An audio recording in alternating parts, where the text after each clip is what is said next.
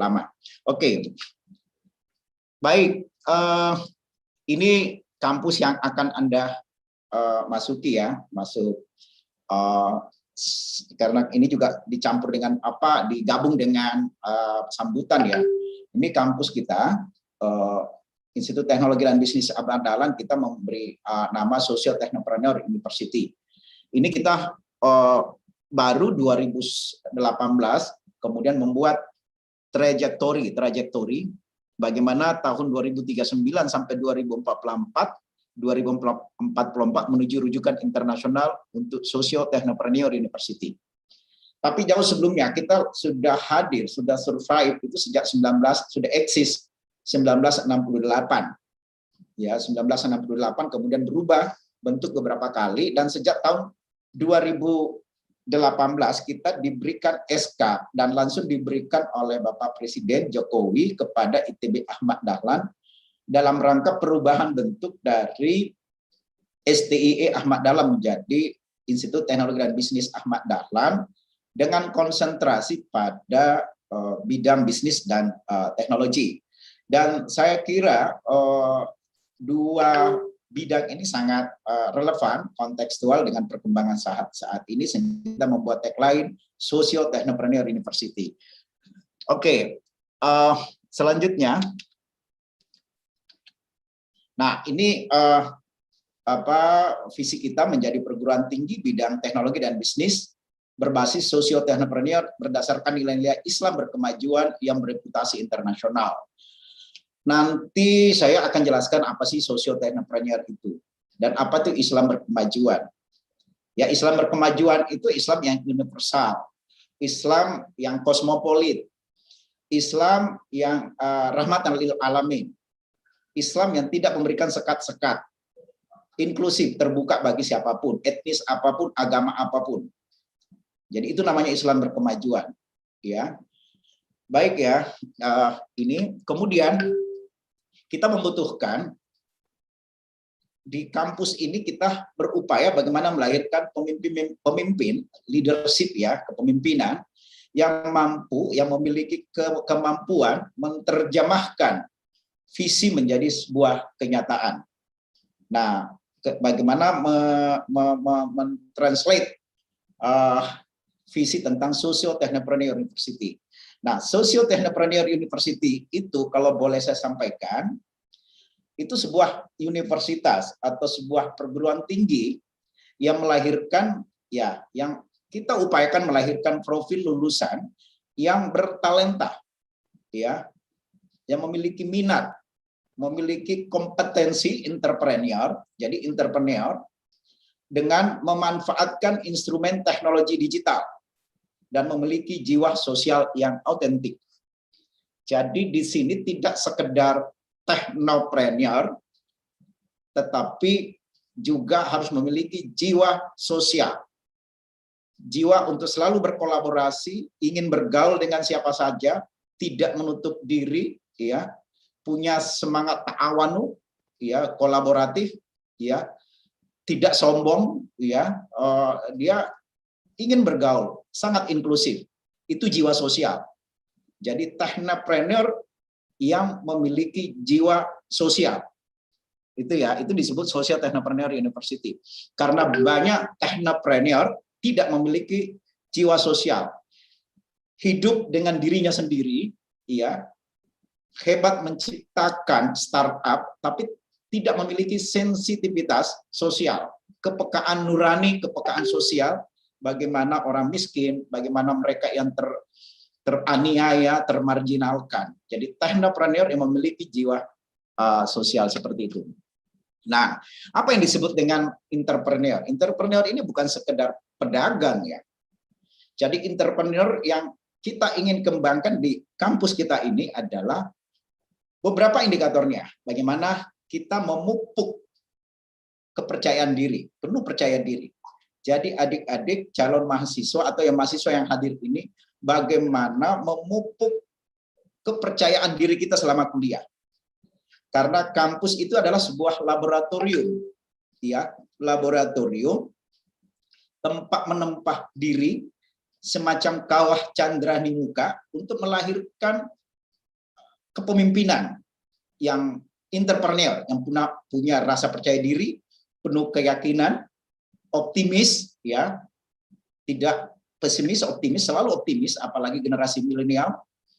Optimis ini tidak gampang menyumpahi orang, tidak gampang menyalahkan orang, ya, selalu mencari cahaya, kemudian berkomitmen, disiplin, bertanggung jawab, memiliki inisiatif, tidak sekedar follower, dia punya inisiatif, penuh energi, penuh semangat, cekatan dalam bertindak, aktif, tidak malas, memiliki motivasi berprestasi, punya wawasan ke depan, ya, dia mandiri, dia punya perspektif ke depan, ya, memiliki jiwa kepemimpinan, leadership, proaktif, dapat dipercaya, trust, ya, al-amin kalau dalam Islam, bagaimana membangun jiwa kepercayaan, jiwa kejujuran dalam diri kita, tangguh dalam bertindak, tidak gampang putus asa, berani mengambil risiko, penuh perhitungan,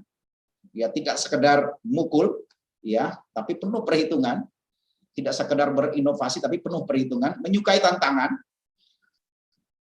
keorisinalan, kreativitas dan inovasi.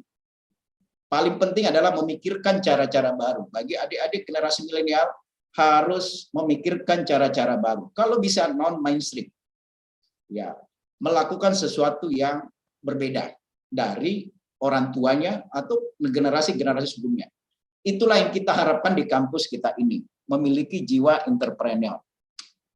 Jadi kita coba lepaskan teknonya dulu, ya. Kita masuk sosiopreneur. Sosiopreneur, jadi entrepreneur yang berjiwa sosial, adalah agen perubahan.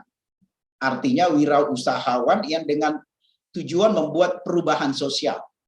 Jadi sosiopreneur atau sosiotechnopreneur itu menjadi nabi-nabi sosial, punya talenta profetik istilahnya, jadi semacam nabi, jadi nabi-nabi sosial yang selalu ingin melakukan perubahan-perubahan sosial,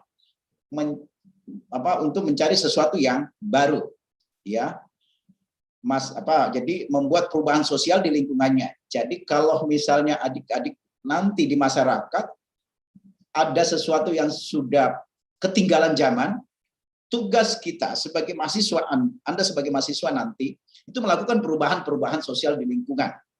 Ya, kita harus menjadi manusia terbaik melakukan perubahan. Saya seringkali menyetir hadis, ya, khairun nas anfa'uhum linnas. Manusia terbaik adalah manusia yang memberi manfaat ke banyak orang. Jadi menebar kebaikan, menebar kemaslahatan, itu, ya, adik-adik semua. Oke, nah kalau ingin menjadikan Indonesia maju, maka kita harus menjadi sosiopreneur. Nah, Islam, ya, Islam yang kita sebut sini Islam tidak eksklusif, ya, Islam yang universal, Islam inklusif, mengajarkan sosiopreneur, ya, merupakan, jadi kata dalam Islam itu disebutkan sosiopreneur merupakan jalan cepat untuk kaya. Dalam sebuah riwayat Rasulullah bersabda 9/10 dari sumber rezeki itu adalah dari sosiopreneur. Jadi kalau ingin mendapatkan rezeki yang banyak, maka masuklah menceburkan diri menjadi sosiopreneur atau sosiotechnopreneur, ya. Jadi entrepreneur yang punya jiwa sosial atau technopreneur yang memiliki jiwa sosial, ya. Juga disebutkan seperti ini, sosiopreneur yang jujur dan amanah akan ditempatkan beserta para nabi, sidikin dan para syuhada. Ya, dia ditempatkan di dalam surga, merupakan jalan. Jadi sosiopreneur merupakan jalan cepat masuk surga, seperti yang disampaikan oleh Rasulullah. Sosiopreneur yang jujur dan amanah, tentu sosiopreneur yang jujur, ya, trust, al-amin, dan amanah, ya, tanggung jawab, akuntabilitas, seperti itu. Rasulullah adalah prototipe sosiopreneur, contoh sosiopreneur, dan 10 sahabat Rasul dijamin masuk surga, ternyata 9-nya adalah sosiopreneur. Jadi jangan terlalu berpikir mau jadi pegawai negeri. Jadi pegawai negeri mungkin lama bermasuk surga. Yang cepat masuk surga itu adalah kata Rasulullah, ya, sosiopreneur. Ya, mungkin ya yang pegawai negeri mungkin lama baru masuk surga karena dia bukan sociopreneur. Oke, ini technopreneur adalah entrepreneur berbasis kompetensi. Ya, ini technopreneur dulu ya, teman-teman, adik-adik semua.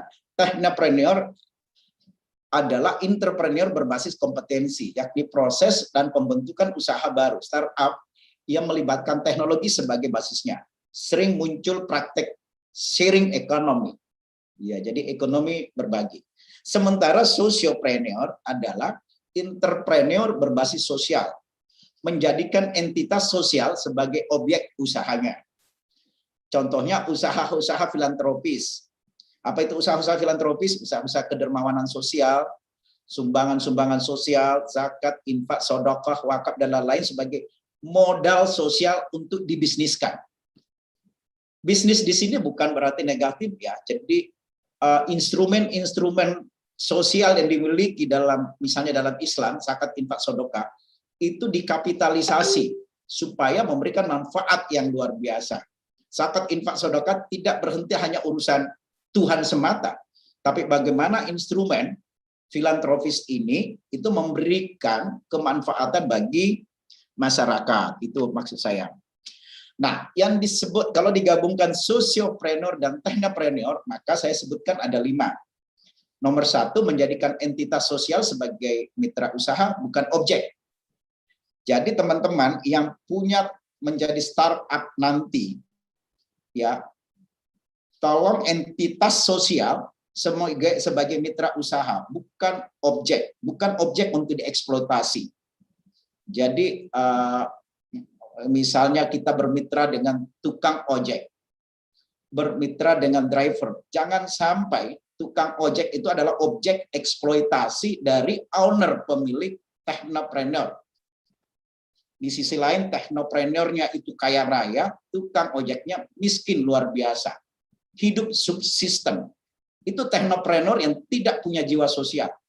Ya, technopreneur yang tidak punya jiwa sosial karena menjadikan karyawannya hanya sebagai objek eksploitatif untuk kekayaan pemilik technopreneur.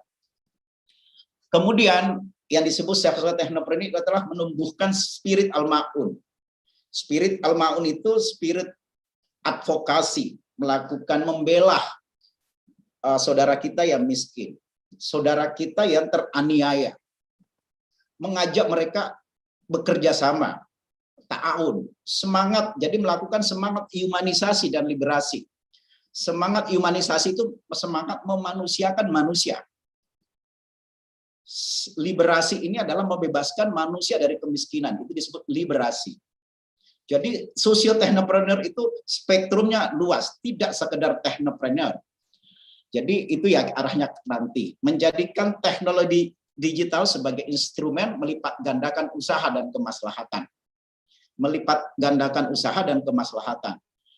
Kemudian keempat, membangkitkan jiwa saudagar dengan memanfaatkan teknologi digital untuk kejamaahan. Jadi adanya teknologi digital ini ya membangkitkan kebersamaan secara berjamaah. Dan terakhir yang disebut socio-technopreneur itu adalah menggali produk khasanah masyarakat lokal, bangsa kita, untuk dikapitalisasi dan digitalisasi demi kemandirian umat masyarakat kita. Banyak potensi-potensi lokal yang dimiliki petani, dimiliki oleh rakyat, ya itu harus digali oleh adik-adik selama kuliah di sini. Ya, khasanah produk lokal kita itu cukup banyak. Bagaimana kita kapitalisasi dan mendigitalisasi sehingga rakyat itu sejahtera. Disinilah tempatnya mengasah mental kita supaya menjadi socio-technopreneur. Oke, nah saya kira ini entrepreneur tadi judulnya Revolusi Industri 4.0 ya. Ini revolusi industri 4.0, kemudian berwawasan dari konsep industri. Ini yang disebut ya adik-adik semua, yang disebut dengan 6 pilar: masyarakat digital, energi berkelanjutan, dan seterusnya.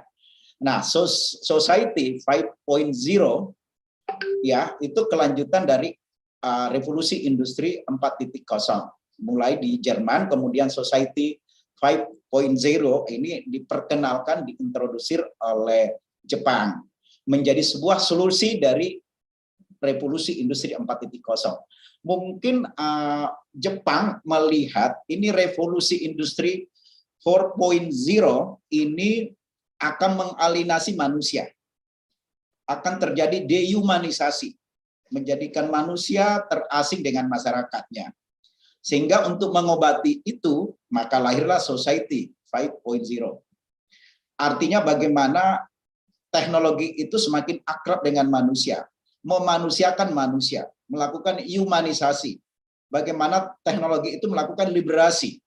Liberasi artinya membebaskan manusia dari kemiskinan. Itu namanya liberasi. Oke, adik-adik semua, mahasiswa. Nah, inilah mungkin ya teknopreneur ini semua yang memiliki data kita. Shopee lagi tren sekarang ini luar biasa. Tokopedia, Traveloka, Gojek, GoPay, dan Oppo ini semua yang memegang big data kita selama ini. Bahkan dari instrumen-instrumen inilah, misalnya Shopee ya, ini kan banyak produk-produk yang kita dapatkan dari selama pandemi dari Shopee. Dan besar kemungkinan banyak juga produk-produk ilegal yang masuk di Shopee. Yang ilegal dari luar negeri diimpor, masuk, kemudian makanya lebih murah, bisa jadi. Kenapa seperti itu? Karena dia tidak punya jiwa sosial. Makanya di kampus ini kita inginkan social technopreneur, memiliki bisnis digital yang berjiwa sosial. Nah, kita harus mengubah keadaan, karena khawatirnya ke depan technopreneur yang lahir ini justru memproduksi kesenjangan. Sekali lagi, banyak technopreneur yang ada sekarang ini melahirkan ketimpangan. Kelihatannya masyarakat banyak terlibat, tapi masyarakat hanya sebagai objek. Kenapa seperti itu? Karena tidak ada jiwa sosialnya. Maka kampus kita ingin memadukan social technopreneur ini. Maka kita harus ubah. Jangan sampai terjadi kepincangan sosial gara-gara technopreneur. Nah, kata Bung Karno ini ya, beri aku gitu ya.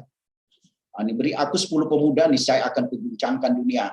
Adik-adik semua ini 300 ya, mungkin ini kapasitas 300, mestinya 400 atau 500 yang hadir ya, yang join hari ini. Tapi kata Bung Karno, berikan aku 10 pemuda, niscaya akan kuguncangkan dunia. Kalau 300, waduh, dunia sampai dunia maya diguncang-guncang mungkin ini. Oke, ini jadi kenapa pemuda? Ya tadi punya spirit, energi perubahan, energi profetik, energi kenabian. Nabi itu kan merubah keadaan.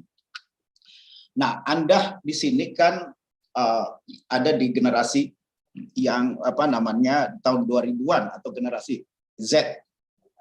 Ya, teknologi bagian dari kehidupan, kata Noah Hariri dalam buku Homo Deus, bahwa generasi milenial, terutama generasi Z seperti Anda yang lahir tahun 2000-an, itu hidup sebagai post-human. Tahu kan post-human sociality? Ya, post-human sociality adalah pasca manusia. Jadi bukan lagi manusia sesungguhnya, karena apa? Aktivitas setiap harinya ya itu hidup bersama dengan teknologi.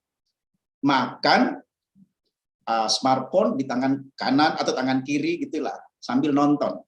Apapun dilakukan koeksistensi dengan teknologi. Itu namanya post-human, pasca manusia. Kalau human sendiri, ya seperti saya dulu kalau makan tidak boleh banyak harus rapi, diminta oleh orang tua duduk manis, makan konsentrasi, ya, makan berjamaah dengan keluarga, dengan orang tua, tidak boleh ada teknologi yang dampingi.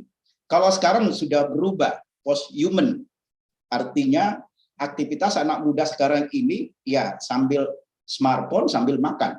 Itu namanya post-human sociality, dan itu sah menurut generasi Anda, gitu ya. Kalau generasi kami mungkin menyalahkan hal itu. Tidak bisa, jadi kami tidak bisa menyalahkan generasi saat ini, karena saya juga punya anak-anak yang generasi milenial. Oke, saya harus cepat aja ya. Mungkin nanti ini. Nah, pemateri lain akan nyampaikan. Ini generasi milenial penggunaan. Jadi apa yang disebut generasi milenial, Anda semua, kalian semua, yakni penggunaan platform online digital tadi yang saya sebut post-human, hidupnya hybrid. Hybrid itu ya selain hidup seperti biasa, juga didukung dengan teknologi. Jadi hidup hybrid, manusia hybrid gitulah. Penggunaan teknologi yang tinggi, terkoneksi dengan media sosial setiap saat, sampai tidur pun juga terkoneksi sosial media, cepat menangkap informasi dan data, menyukai perkembangan diri dan karir yang cepat, progresif, menyukai inovasi dan kreatif, tidak mudah loyal. Jadi generasi milenial itu tidak mudah loyal. Kalau generasi kami itu yang taunya bahwa motor itu hanya Honda, mobil itu hanya Toyota. Padahal tidak seperti itu. Kenapa kami sebut di generasi kolonial itu Toyota dengan Honda? Karena loyalitas kami dulu hanya itu. Nah, Anda tidak bisa loyal seperti itu lagi, karena semakin rasional. Saya kira itu ya, adik-adik semua. Ini generasi milenial. Oke, ini Anda yang kelahiran tahun 80-an, 90-an, dan tahun 2000-an, itu totalnya sekarang itu 67%. Dan ini adalah bonus demografi. Jadi wajah masa depan Indonesia bukan di wajah saya, bukan orang yang lahir tahun 40-an, 50-an, 60-an, tapi yang lahir di tahun 80-an. Wajahnya masa depan Indonesia. Maju tidaknya Indonesia itu ada di generasi milenial. Dan generasi milenial itu jumlahnya 67%. Dan itulah yang disebut dengan bonus demografi. Jadi kalau Indonesia bangkrut ke depan, di tangan Anda. Oke, dan itu bonus demografi dianggap bahwa tahun 2035 itu Indonesia akan bisa jaya ketika Anda sudah semakin produktif. Nah, kita harapkan seperti ini ya, entrepreneurship itu membeli masa depan dengan nilai sekarang. Jadi Anda harus disiplin, detail, perfeksionis, bisa membaca peluang, dan seterusnya. Ya. Nah, apa yang kita harus miliki, atau apa yang harus Anda miliki, selain keterampilan hard skill, Anda juga harus memiliki soft skill. Sikap soft skill itu misalnya ya, sikap dan etos kerja, ketelitian, keterampilan, kebersihan. Ya jangan sampai anak milenial ini nggak bersih gitu ya. Kesegaran, ya ada seterusnya, kedisiplinan. Jadi soft skill ya ini semua merupakan bagian dari budaya. Harus dikembangkan mulai dalam keluarga. Ya, ini salah satu kelemahan generasi milenial sekarang ini ya kebersihan ini, dan ibdah minafsi harus mulai dari diri kita sendiri. Ya, oke. Kemudian salah satu yang membuat Korea maju, ya Korea Selatan yang sebelah kiri ini, karena membuat musuh psikologis, yakni Jepang. Kenapa Jepang menjadi musuh psikologisnya? Karena Jepang pernah menjajah Korea Selatan. Jadi ada dendam positif. Ada dendam positif bagaimana masyarakat Korea Selatan atau negara Korea Selatan itu bisa menyaingi Jepang. Dan sekarang terbukti produk-produk seni, budaya, dan teknologi itu sudah disalib oleh Korea Selatan. Ya, Korea Selatan. K-pop sekarang ini kan mengalahkan J-pop milik Jepang. Kenapa dia maju? Dia mengkapitalisasi budaya mereka. Ada sekali lagi dendam positif untuk bisa mengalahkan Jepang, dan itu terbukti. Dendam positif ini penting, bukan dendam destruktif ya. Dendam itu penting, dendam positif maksud saya, seperti yang dilakukan oleh Korea Selatan, sehingga dia semakin militan untuk mengalahkan Korea Selatan, mengalahkan Jepang, bukan dengan perang fisik, tapi semangat itu. Nah, ini harus dimiliki oleh adik-adik mahasiswa. Oke, ini musuh bersama kita adalah kemiskinan, ketidakpedulian. Jadi tolong adik-adik mahasiswa atau anak-anak mahasiswa, anak-anak milenial, ketidakpedulian ini bahaya ya. Banyak anak-anak milenial ini tidak peduli dengan lingkungan sosial. Ini bahaya. Ya, dia tidak tahu tetangganya. Ini kembangkan semangat welas asih, kasih sayang dengan siapapun, dengan tetangga, itu penting. Musuh kita ketidakpedulian, kemalasan, kebodohan, dan seterusnya. Saya percepat, ini kita tidak boleh terjebak dalam budaya kemiskinan, ya. Kata orang Jepang dan Korea, tidak ada yang bisa menolong kecuali kita sendiri, ya. Workaholic dan seterusnya, kenapa maju? Karena gila kerja dan perfeksionis dan seterusnya. Ini ya, pantang menyerah karena menyangkut harga diri, ya. Ini yang dilakukan sehingga kenapa masyarakat atau anak-anak milenial di Korea Selatan seperti itu. Nah, ini saat ini di Indonesia, ya, ingin cepat kaya, maka korupsi. Jadi maling skala kecil. Kalau di bangku kuliah, korupsinya itu nyontek, ya, nyontek itu korupsi. Dan biasanya koruptor itu yang ada sekarang ini bisa jadi waktu dia sekolah di SD SMP mungkin jadi tukang contek, gitulah. Maka besarnya jadi koruptor, gitulah. Atau mungkin hal-hal yang kecil, ya, melabrak lampu merah itu kan korupsi namanya. Ya, melabrak lampu merah, walaupun lampu merah kemudian dilabrak naik ke trotoar, itu korupsi namanya. Dan itu merupakan bibit awal Anda jadi koruptor. Kita semua sebagai koruptor. Ya, itu bibit-bibitnya kita sudah pupuk pelanggaran-pelanggaran skala kecil. Ya, skala kecil. Kemudian ingin cepat beres urusan, ya suap. Di Indonesia seperti itu. Ingin nilai bagus, ya nyontek. Ingin cepat sampai, ya melanggar lampu merah. Pengusaha di Indonesia jadi penguasa, jadi partai politik. Ya, kalau gitulah. Oke, terakhir kata Umar bin Khattab, kuasai ekonomi dan produktiflah, kalau tidak saya khawatir kamu akan tergantung kepada mereka. Kata Soekarno, Bung Karno, perjuanganku lebih mudah karena mengusir penjajah. Perjuanganmu akan lebih sulit karena melawan bangsamu sendiri. Saya kira itu, mohon maaf kelamaan, ya. Ini sekaligus sambutan dan beberapa pikiran-pikiran, mudah-mudahan memberikan manfaat kepada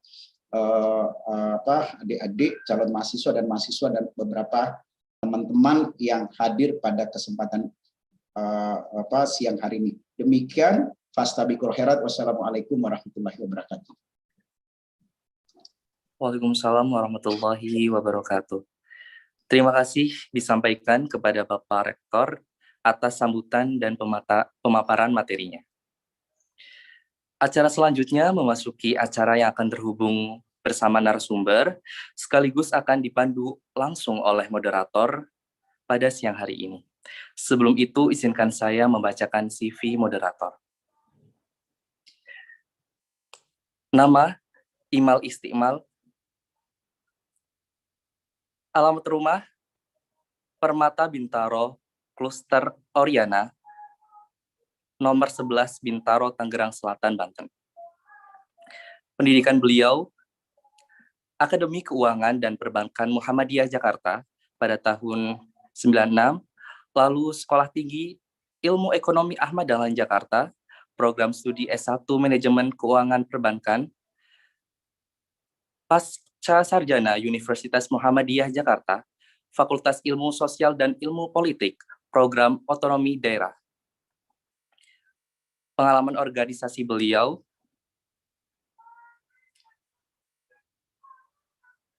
yang pertama, aktivis Barisan Oposisi Kaum Muda Mahasiswa Konsorsium 14 Organisasi Mahasiswa Ekstra Kampus pada tahun 2003. Sekretaris Umum Yayasan Padu Anak Negeri pada tahun 2004. Lalu Sekretaris Majelis Ekonomi Pimpinan Wilayah Muhammadiyah DKI pada tahun 2006 sampai 2010. Koordinator Divisi Ekonomi Kreatif Majelis Ekonomi Pimpinan Pusat Muhammadiyah pada tahun 2015 sampai tahun 2020. Penelitian beliau, Kajian Strategi Pengembangan Kampus STIE Ahmad Dahlan Jakarta, Perspektif Mangku Kepentingan pada tahun 2008. Penelitian dosen muda, DP2M, Depdiknas 2006. Lalu studi partisipasi sosial masyarakat dalam model pembangunan dari bawah ke atas, studi kasus pada Kecamatan Grogol, Petamburan Barat, Jakarta Barat. Langsung saja kepada Bapak Imal Istiqmal SEMSI, dipersilahkan.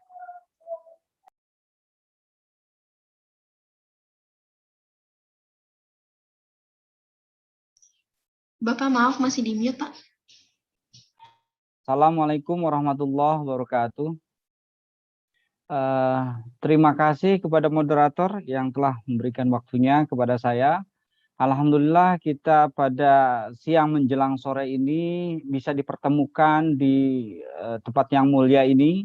Tentunya ingin menyapa juga dengan adik-adik kita, mahasiswa baru ITB Ahmad Dahlan, mungkin dari Sabang sampai Merauke. Mudah-mudahan selalu semangat dalam mencari ilmu, dan saya kira apapun yang kita lakukan ini mudah-mudahan diridhoi oleh Allah Subhanahu wa taala. Rasa syukur mari kita sampaikan kepada Allah Subhanahu wa taala atas nikmatnya. Alhamdulillah kita sama-sama di sini bermuhajahah ya, bertatap muka, lalu kemudian mendiskusikan sesuatu yang saya kira sangat penting. Lalu kemudian sholawat dan salam kita curahkan keharibaan Nabi Muhammad SAW atas risalahnya. Alhamdulillah pada kesempatan yang berbahagia ini kita masih menjadi pengikutnya. Adik-adik sekalian yang saya hormati, ya, tadi Pak Rektor kita, Bapak Dr. Muhair Pakana MM, sudah berpartisipasi, menyempatkan waktunya dalam kesibukannya untuk menyapa teman-teman semua, ya, bahkan bukan saja sambutan, tapi memberikan materi betapa pentingnya technopreneur, betapa pentingnya entrepreneur, dan bagaimana anak muda menghadapi persaingan di tengah-tengah percaturan ekonomi yang luar biasa ini.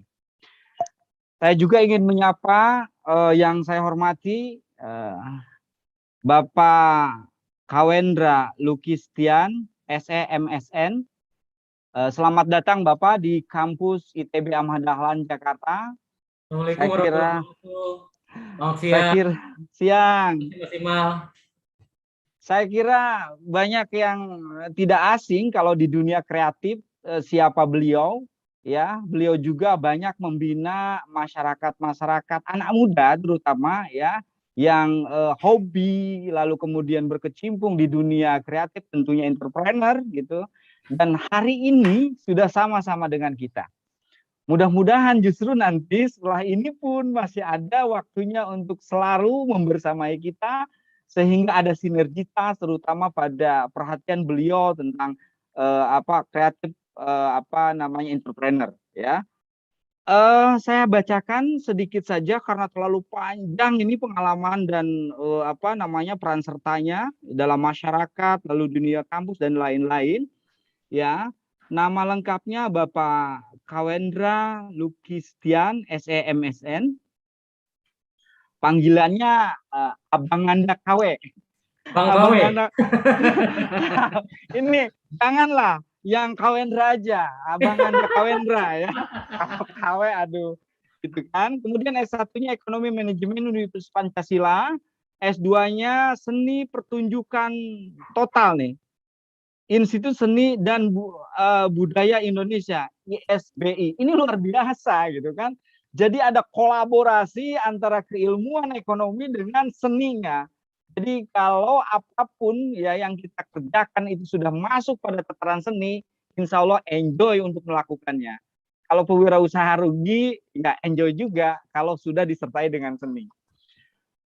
Adapun alamatnya di Legenda Wisata Cibubur, ya, emailnya para KW ya, para KW @gmail.com ya.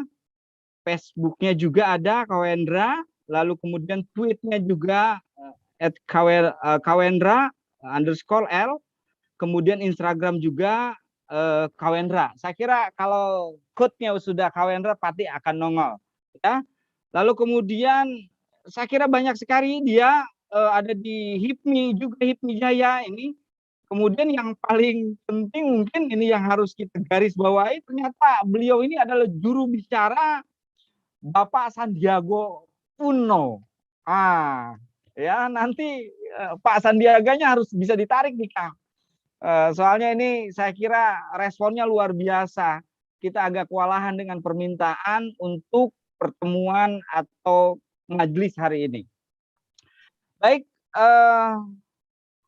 kita sekarang ini mungkin dikasih beberapa 1 jaman ya, 1 jam atau 1 jam setengah oleh teman-teman dia untuk berbincang dengan anak-anak muda tentang dunia kreatif, Kang. Ya, mungkin dalam pikiran teman-teman mahasiswa sekarang ini maba, Kang ya, ini maba gitu kan, bahwa entrepreneur itu sesuatu hal yang nomor 2, 3, dan 4. Karena terus terang kalau di daerah-daerah misalnya rujukannya orang atau profesi yang paling luar biasa dihargai adalah pegawai negeri. Ini kola Pak Rektor juga tadi gitu kan. Yang padahal ketika dia entrepreneur, lalu kemudian konsisten dengan ide, berinovasi, lalu kemudian juga dia selalu mencari profit, ya outputnya, yang kemudian itu bisa dijadikan sosiopreneur dia, ya untuk pemberdayaan kepada umat, saya kira sesuatu hal yang luar biasa. Nah, apalagi misalnya bahwa kampus kita, ya Kang, memiliki hashtag yaitu socio-technopreneur. Artinya kalau kita diterjemahkan secara liar gitu ya, yang pertama itu ada proses tabayun katanya. Yang kedua harus ta'awun. Yang ketiga baru al-ma'un. Setelah punya piti tentunya kita menyebarluakan hasanah itu. Saya kira tidak berpanjang lebar ya, saya langsung saja serahkan waktunya kepada kanda kita, Kawendra Lukistian. Saya kira teman-teman harus menyimak ya, dan nanti harus juga bertanya. Panitia nanti silahkan memberikan hadiah tuh bagi adinda kita maba ini yang bertanya dengan baik, sehingga nantinya akan menyemarakan pertemuan kita kali ini. Baiklah, Kanda, saya persilahkan, waktunya bebas sebelum saya nanti kasih kode. Oke, silahkan. Ya, Bismillahirrahmanirrahim. Assalamualaikum warahmatullahi wabarakatuh. Waalaikumsalam warahmatullahi Alhamdulillahirrahmanirrahim. Wa bihi nasta'in ala umuri dunya waddin. Wassalatu wassalamu ala asrofil anbiya'i wal mursalin wa ala alihi washabihi ajmain. Rabbi shrah li sadri wa yassir li amri wahlul 'uqdatam min lisani yafqahu qawli bihaqqi yuhibbunahum taubillah walazina amanu syahadu balillah. Wa ba'du wa badatayah. Terima kasih Kang Imal, Istimal, luar biasa sekali. Pak Rektor tadi, Pak Muhair Pakana, saya menyimak tadi di endingnya luar biasa bagaimana khairunas anfa'uhum linnas. Sebaik-baiknya manusia adalah yang paling bermanfaat untuk yang lainnya. Tentunya puji dan syukur kehadirat Ilahi Robi yang mana siang hari ini kita diperkenankan untuk silaturahmi secara virtual. Tak lupa pula salawat dan salam untuk Habibana Nabi Muhammad SAW. Ini adalah sebuah kebahagiaan untuk saya diundang di ITB Ahmad Dahlan. Luar biasa begitu dapat kabar dari tim kita, Bang, ada invitation dari teman-teman di ITB Ahmad Dahlan tanggal segini. Oh, mau dong kalau ketemu teman-teman ITB Ahmad Dahlan. Karena sahabat saya sendiri, Bang Dahnil Anzar Simanjuntak, katanya di ITB Ahmad Dahlan juga ya? Iya, alumni. Apa kalau tidak salah. Jadi wah, senang juga. Ya, jadi memang saya dikasih tema katanya tentang ekonomi kreatif dan revolusi industri 4.0. Sebetulnya ini relate dengan aktivitas yang saya jalani selama ini.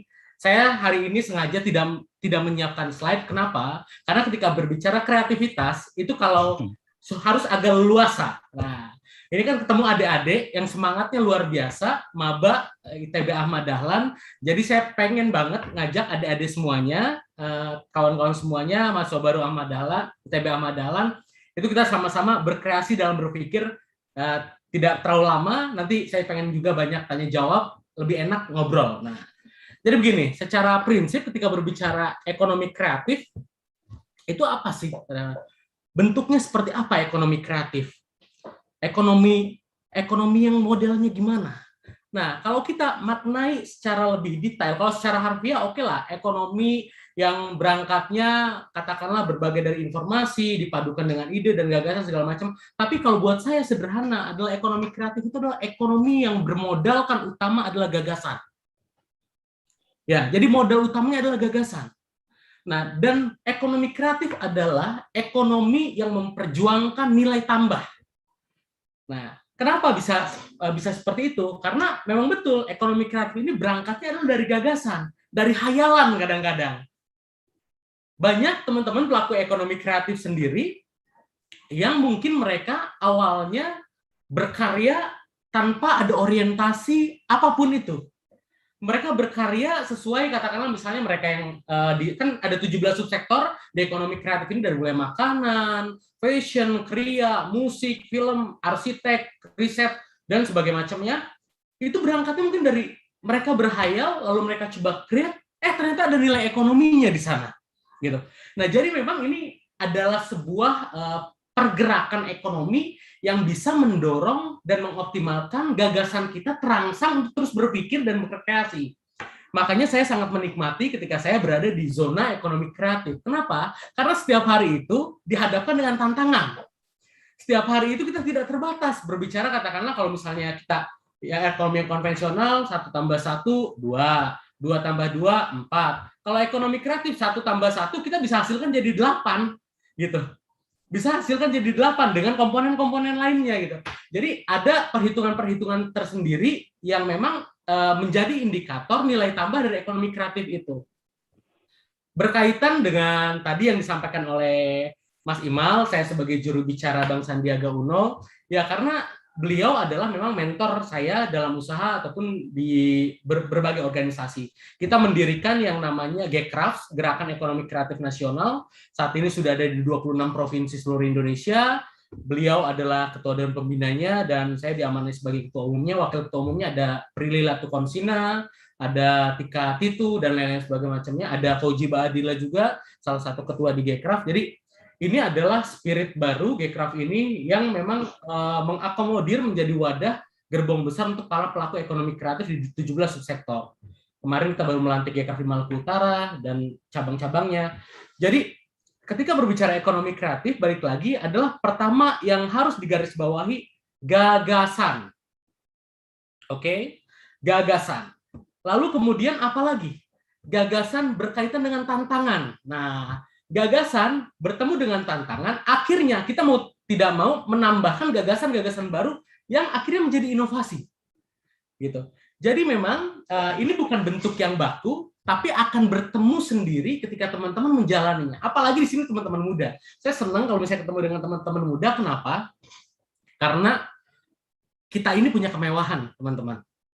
Kemewahan kita apa? Waktu, gagasan, ide, keberanian, nyali mungkin ya.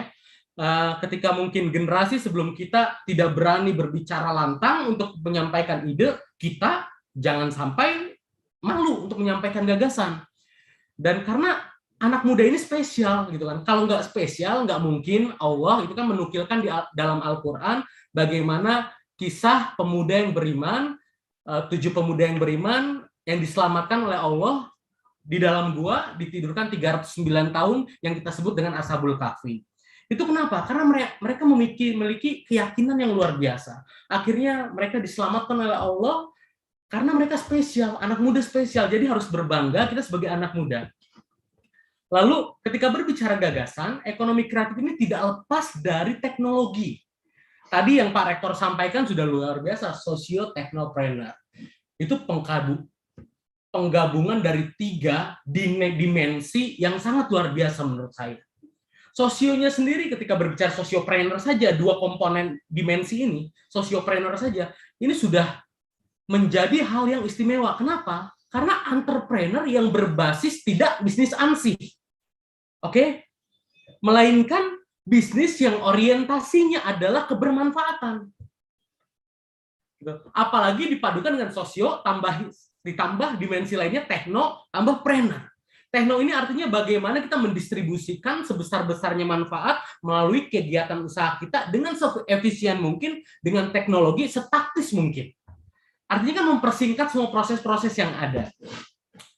saya ingin bercerita untuk adik-adik semuanya, teman-teman semuanya, mahasiswa baru di ITB Ahmad Dahlan yang saya banggakan ini.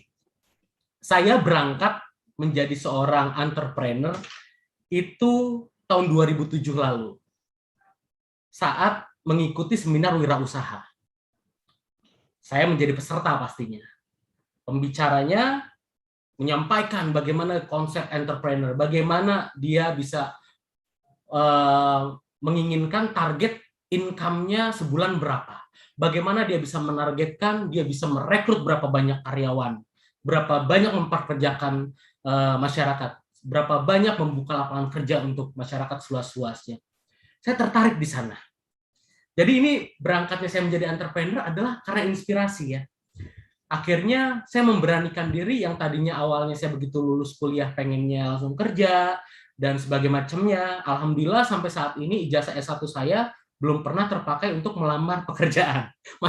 Masih tertata rapi di lemari gitu kan. Karena kenapa? Begitu saya setelah mengikuti seminar itu semester 3, di kepala saya langsung berubah mindset saya. Oke, setelah lulus ini, saya nggak mau mencari kerja, tapi membuka lapangan kerja. Dan itu saya niatkan. Dan alhamdulillah ternyata Allah mendengar itu, gitu kan. Dan akhirnya ya membuat kita semangat untuk mengejar target tersebut. Lalu saya diinspirasi oleh mentor saya tersebut. Berangkatnya dari mana sih si Bang KW ini usahanya?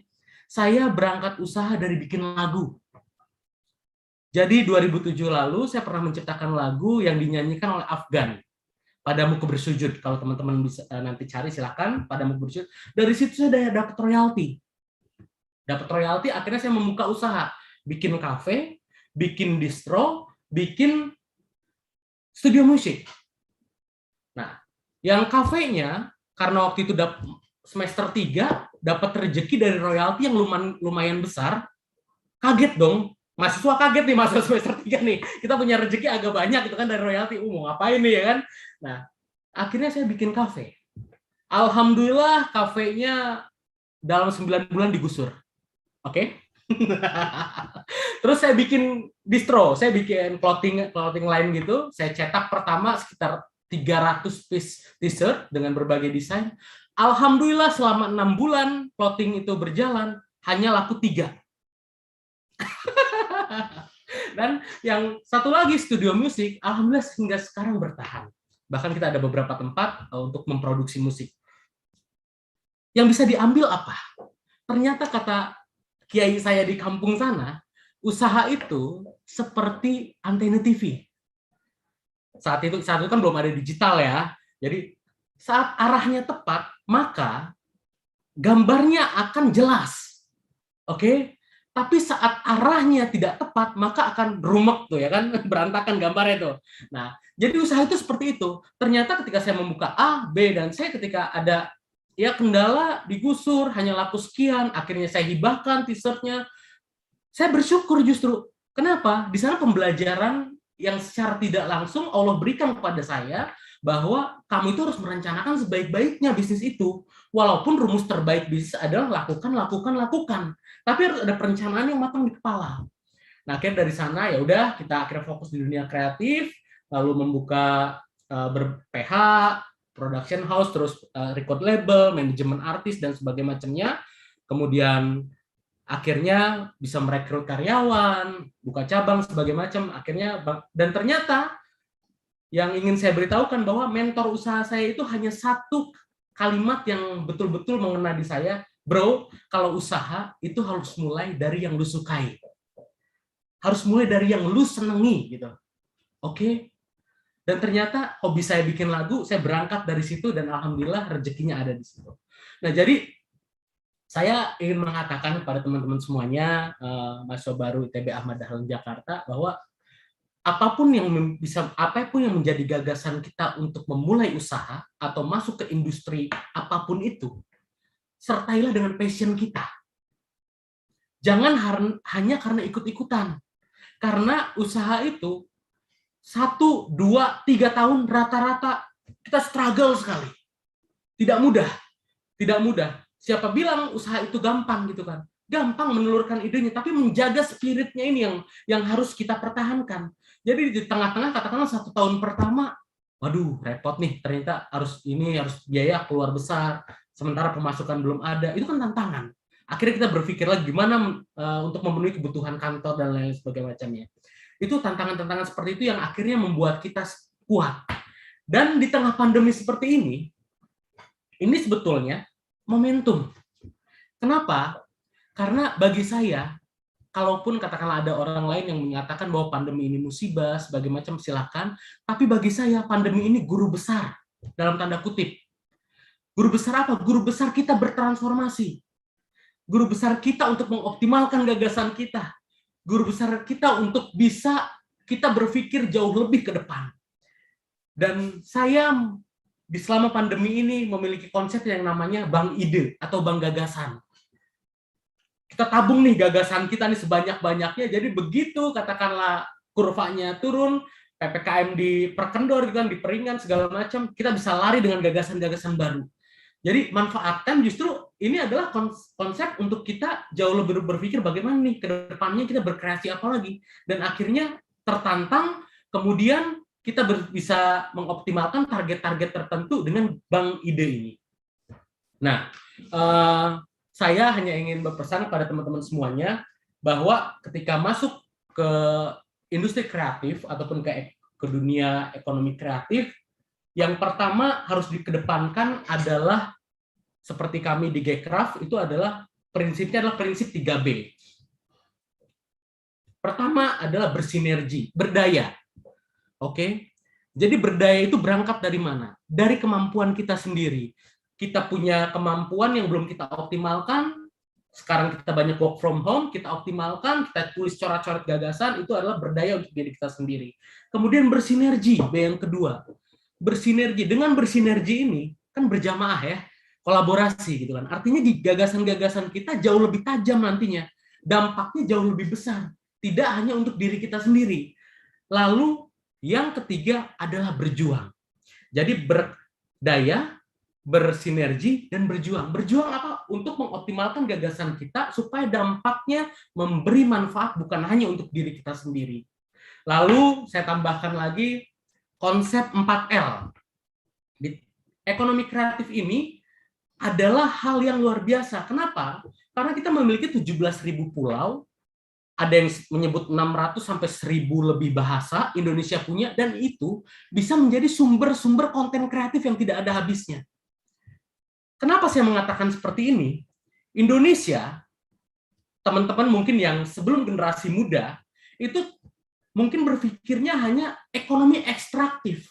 Ekstraktif itu yang dikit-dikit orientasinya sumber daya alam, oke? Dikit-dikit batu bara, dikit-dikit apalagi tambang apa, ini apa. Tapi bayangkan seberapa lama sih sumber daya alam kita bisa bertahan. Oke? Tapi bila masuk ke ekonomi kreatif, sumber ekonomi kreatif, sumber kreativitas tanpa batas. Jadi ada ekonomi ekstraktif, ada ekonomi kreatif. Jadi yang ini terbatas, yang ini tanpa batas. Silakan teman-teman mau memilih yang mana. Ruangnya pun di sini besar sekali. Ada 17 subsektor. Saya sering menyebutnya begini. Dari mulai kita lahir hingga menghembuskan nafas terakhir, kita tidak lepas dari produk-produk ekonomi kreatif. Loh, kok begitu? Begitu lahir, kita pakai apa? Popok ataupun apa, kain bedong gitu ya. Itu adalah produk-produk ekonomi kreatif. Gitu kan. Semasa kita hidup, setiap hari kita mengkonsumsi produk-produk ekonomi kreatif. Makanan itu adalah produk ekonomi kreatif. Oke, pakaian yang kita pakai adalah produk ekonomi kreatif. Lalu saat nanti kita menghembuskan nafas terakhir, kita dibalut oleh kain kafan, itu adalah produk ekonomi kreatif juga. Jadi manusia itu sejatinya tidak bisa lepas dari produk ekonomi kreatif. Apalagi teman-teman di sini yang memang katakanlah punya ide-ide liar, pasti bisa dikombin dengan berbagai hal. Dan satu hal lagi, nanti kita diskusi, saya pengen banget tanya jawab lebih banyak. Pencapaian terbaik itu bukan kesuksesan. Jadi orientasinya jangan cuma sebatas kesuksesan ketika kita menggeluti apapun itu. Karena pencapaian terbaik itu bukan kesuksesan, melainkan kebermanfaatan. Terima kasih. Assalamualaikum warahmatullahi wabarakatuh. Makasih, Mas Imal, kita diskusi. Terima kasih Kang, luar biasa saya kira komprehensif ya, kolaboratif yang saya kira bisa dan gampang dicerna oleh teman-teman semua. Adik-adik mahasiswa baru yang saya banggakan, saya kira kita langsung saja manfaatkan kedatangan Bang Kuendra ini supaya ilmunya menyerap gitu ya. Lalu kemudian nanti penasaran, lalu kemudian kita diskusikan bisa di kelas, di lintas nanti apa angkatan dan lain-lain semua. Oke, saya persilahkan untuk sesi pertama itu 3 penanya ya. 3 penanya terkait dengan apa yang kita bincangkan pada saat ini, yaitu ekonomi kreatif. Nah, di depan kita ini adalah tokoh muda, berkantong tebal, elegan, Amin. elegan, lalu kemudian ilmu dan pengetahuannya luas. Oke, silakan. Saya tunggu ya. Saya tunggu. Ada siapa saja nih yang bertanya? Saya, Pak. Oh, langsung dulu ya. Oke, sembari nanti kita menunggu juga yang mungkin lagi mengetik ya. Kita langsung ke siapa? Mohon nama dan asal dari mana? Assalamualaikum warahmatullahi wabarakatuh. Waalaikumsalam warahmatullahi wabarakatuh. Saya Neng Aisyah, ITB Neng Aisyah, ya. Jurusan arsitektur, prodi arsitek. Institut Teknologi Ahmad Dahlan. Oke. Saya dari Tangerang. Saya mau nanya, Pak. Saya bingung, apakah socio-entrepreneur itu hanya pedagang atau pedagang adalah salah satu definisi dari socio-entrepreneur? Terima kasih. Assalamualaikum warahmatullahi wabarakatuh. Waalaikumsalam. Tahan Kang, kita tambah lagi. Ayo siapa? Ini dari Tangerang Selatan ini dekat banget kalau ini nih ya. Neng Aisyah. Oke, yang lainnya siapa? Siapa lagi? Silahkan buka. Ini apa? Kang Masni nih, Kang Masni ya tadi itu. Silahkan, silahkan. Buka mute-nya.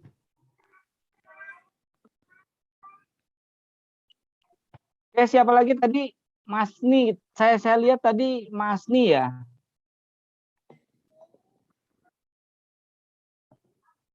Ini Pak Kang Sarifudin. Sarifudin. Iya, silakan. Silakan. Baik, ya terima kasih banyak pada moderator yang sudah mengasih kesempatan dan salam kenal juga kepada Bapak Rektor atau teman-teman yang semua. Salam dari saya Sarafudin ya, calon S2 ya, insya Allah. Dan yang mau saya pertanyakan, Abang Dah KW ya, Abang Dah KW.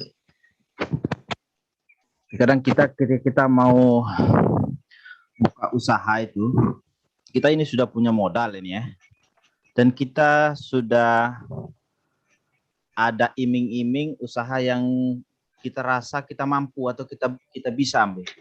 Tapi kadang-kadang keberanian ini yang belum kokoh atau belum ada. Ini kira-kira untuk apa? Supaya punya keberanian itu apa yang harus kita lakukan ini? Mungkin itu saja. Terima kasih. Assalamualaikum warahmatullahi wabarakatuh. Oke, satu lagi. Satu lagi siapa? Saya Pak. Oke, silakan. Ya, Nama dari mana? Prodinya mana? Oke, silakan. Oke. Ya, bismillahirrahmanirrahim. Assalamualaikum warahmatullahi wabarakatuh. DKV. Nama saya Malik Afwan Hakim dari Tangerang, jurusan DKV. Silakan. Yang saya mau tanyakan tadi, saya mengutip perkataan Abang Dakawendra tadi yang mengatakan bahwa usaha itu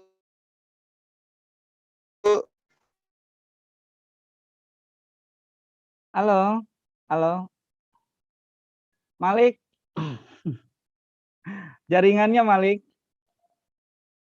Halo Malik. Halo. Iya, ulangi Malik. Ya, silakan. Ya, tadi saya mengutip perkataan Abang Daka Wendra yang mengatakan usaha itu disesuaikan dengan passion. Nah, pertanyaannya, bagaimana kita para anak-anak muda ini itu mengetahui passion kita, yang kemudian ketika sudah diketahui itu kapitalisasi jadi usaha. Begitu. Itu aja mungkin. Assalamualaikum warahmatullahi wabarakatuh. Waalaikumsalam warahmatullahi wabarakatuh. Pertanyaannya menarik, kadang menggelitik dan agak lucu ya. Malik ini ternyata lucu ya. Masih lupa dengan fashionnya. Kelihatannya kamu jadi ustadz pantasnya, Malik. Oh, tapi enggak. Kayaknya pengusaha dan ustadz ya. Baik ya, Kang Kawendra. Yang pertama itu Neng Aisyah ya. Dia dari jurusan arsitek, dia ingin menanyakan apa sih sebetulnya entrepreneur itu, apakah wirausaha itu sebetulnya arti dari socio entrepreneur itu yang pertama. Yang kedua dari Syarafuddin ya, keberanian untuk memulai usaha. Saya kira sama dengan melamar mungkin ya, melamar gadis gitu ya.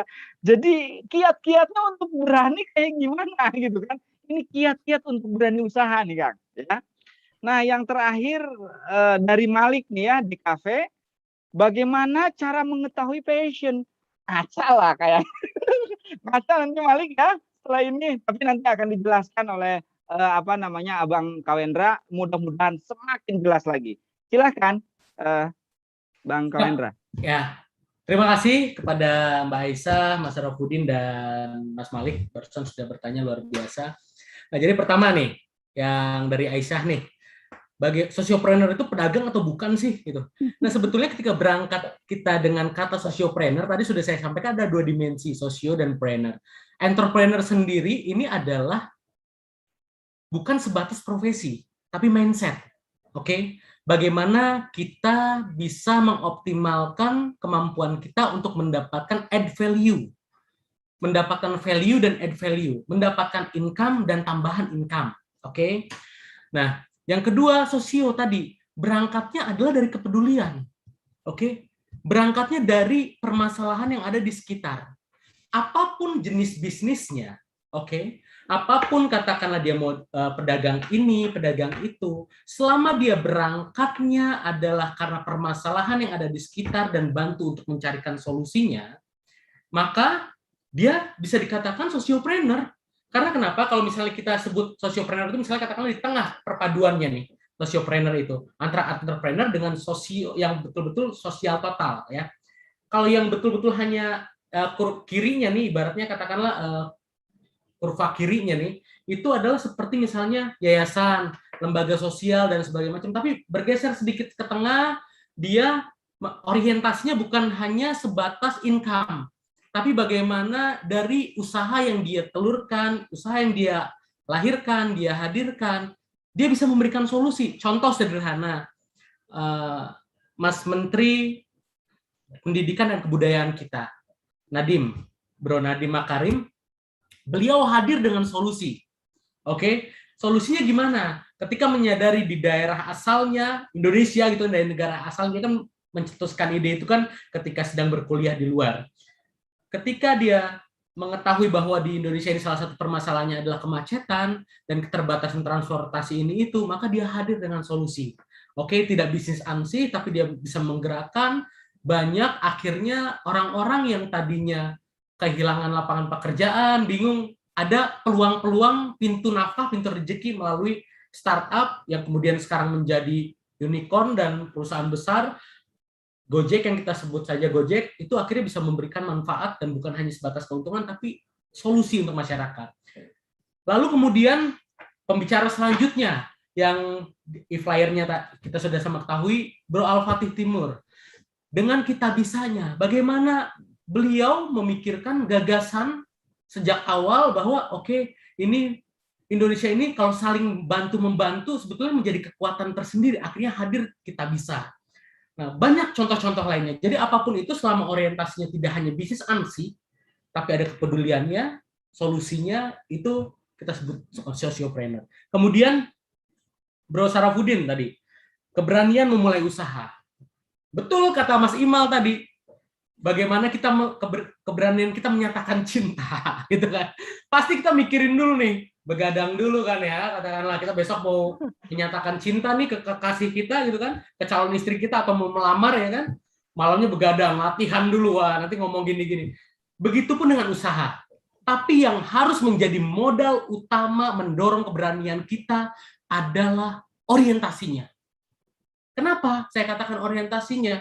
Teman-teman, ketika analogi sederhana ya, ketika teman-teman menjadi profesional, bekerja di sebuah kantor ataupun di institusi, teman-teman bisa mendapatkan income, penghasilan bulanan, salary, lalu katakanlah melibatkan, didistribusikan lagi rezeki yang teman-teman terima, yang ngebantuin teman-teman di rumah, ataupun katakanlah supir teman-teman, ataupun siapapun yang bekerja kepada teman-teman, sebatas itu, oke?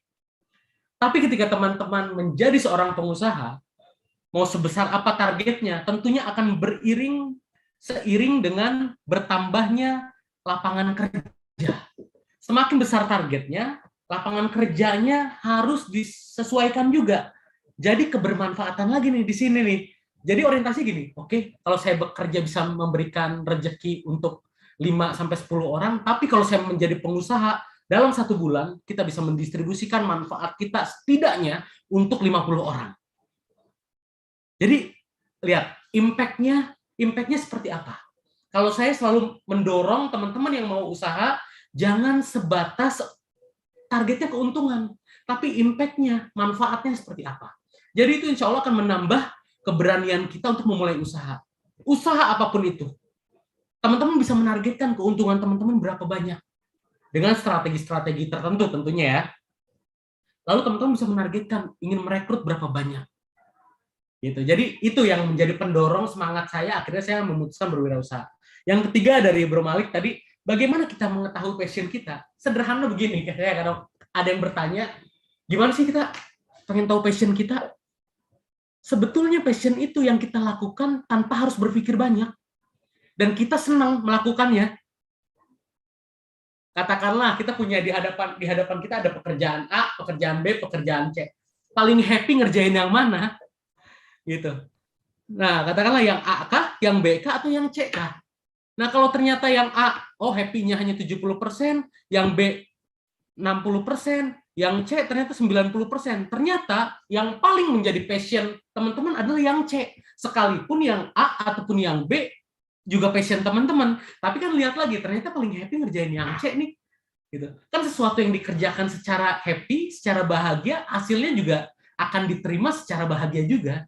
Gitu. Karena kenapa kita mengerjakannya dari hati, diterimanya dari hati, dengan hati juga. Jadi seperti itu sederhananya. Lanjut lagi kalau masih ada pertanyaan, silakan Kang Imal. Oke, sepertinya banyak ini ya. Tapi kalau tadi saya kira sudah terjawab ya, kiat-kiat kemudian mengetahui fashion kita, kapan kita mulai sudah terjawab itu.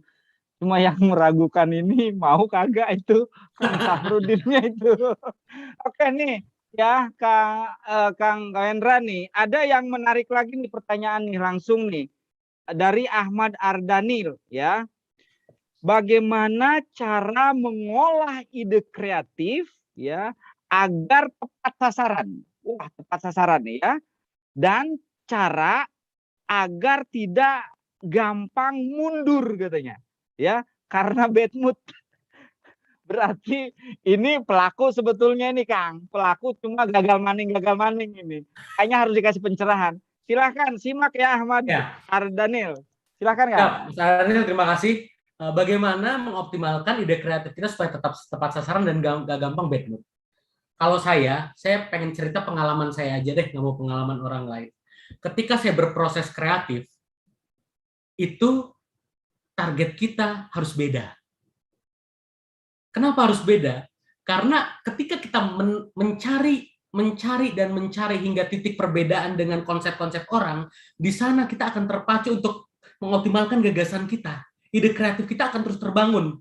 Jadi orientasi utamanya adalah harus beda, ada add value-nya. Gitu. Katakanlah yang satu misalnya bisnisnya pisang goreng, sederhana nih ya. Gitu. Yang satu lagi bisnisnya pisang goreng juga, cuman pakai madu di atasnya. Harganya udah beda tuh, nambah 500 perak. Misalnya yang satunya 1.000, yang satu 1.500. Contoh kedua, teman-teman tahu jeletot nggak? Tahu ya, tahu jeletot ya. Oke. Tapi teman-teman tahu juga nggak sih tahu isi? Tahu ya, ada tahu jeletot, ada tahu isi. Tahu isi, isinya jelas ada berbagai macam isi ya. Pakai cabai nggak? Pakai cabai di luar. Oke. Tahu jeletot, pakai cabai di dalam. Tahu isi, harganya berapa? 1.000, 1.500. Tahu jeletot 2.500, 2.300. Padahal bedanya apa? Yang satu cabainya di dalam, yang satu cabainya di luar. That's kreatif. Sederhana. Jadi kita terus memberikan gagasan-gagasan itu supaya menjadi beda. Nah, supaya nggak gampang bad mood, memang ini ada satu kendala di para pelaku ekonomi kreatif adalah kadang-kadang mereka kan butuh suasana yang mendukung. Nah, kalau saya pribadi, saya punya kegiatan itu bukan hanya di ekonomi kreatif, tapi di kegiatan politik juga ada, dan di kegiatan kemasyarakatan juga ada. Kadang-kadang kalau misalnya porsinya saya sudah 60% dalam satu minggu itu saya mengerjakan berbagai konsep-konsep kreatif ataupun ide-ide lainnya terkait kreativitas, lalu saya isi porsinya 20% itu untuk kegiatan lainnya, 20%-nya lagi untuk kegiatan lainnya. Jadi ada jeda dulu. Memang kadang-kadang ketika kan gini, ada ekonomi kreatif ini beririsan dengan industri kreatif. Ketika berbicara dengan industri, kita dihadapkan dengan deadline, kejar tayang ya kan, sebagai macam. Nah, kita harus pinter-pinter. Katakanlah misalnya yang tadinya porsinya 60% kita berkreasi, ataupun kita padatkan lagi jadi satu hari. Dalam satu hari kita 60%, katakanlah kita mengoptimalkan pikiran kita segala macam dengan ide-ide, konsep-konsep terbaru, lalu 20%-nya kita coba stop dulu, komunikasi dengan keluarga, komunikasi dengan anak, dengan istri, itu bikin refresh sendiri. Lalu akhirnya balik lagi. Kita tinggal kita tambahin yang kurang, kita baca lagi, kita review lagi konsepnya seperti apa. Ini ternyata ini jauh lebih keren kalau kita belokin seperti ini, jauh lebih keren kalau kita tambahin ini. Akhirnya ada lagi tuh. Jadi perlu jeda. Jeda itu punya kekuatan. Jadi rumus kreativitas itu harus ada jeda ketika kita berpikir. Kenapa? Karena di jeda itu kita ada kekuatan. Setelah jeda kita balik lagi, kadang-kadang kita ada gagasan-gagasan baru yang kita tambahkan untuk menyempurnakan ide kita seperti itu. Supaya nggak bosan. Oke, luar biasa jawabannya, Kang. Sangat terima kasih kita nih. Saya ingin informasikan juga, ini panitia ini salah juga untuk radarnya kurang baik ini. Ternyata yang mau gabung ke kita ini lebih dari 500 orang ini. Sementara ternyata cuma 300 nih Zoom-nya. Insya Allah kita bikin lagi yang lebih besar. Kemudian respon dari audiens sendiri ini, Kang Kawendra, ini banyak sekali. Mungkin langsung saja ya, ini sesi kedua saya jatah 2 ya. Kasihan mungkin Kang Kawendra mau ada aktivitas lagi. 2 ya. 2 lagi. Oke, 2 orang. Siapa? Tunjuk tangan. Oke, Pak Mo siapa tadi? Fatur Rahim ya, Fatur Rahim, silakan. Mas Fatur Rahim.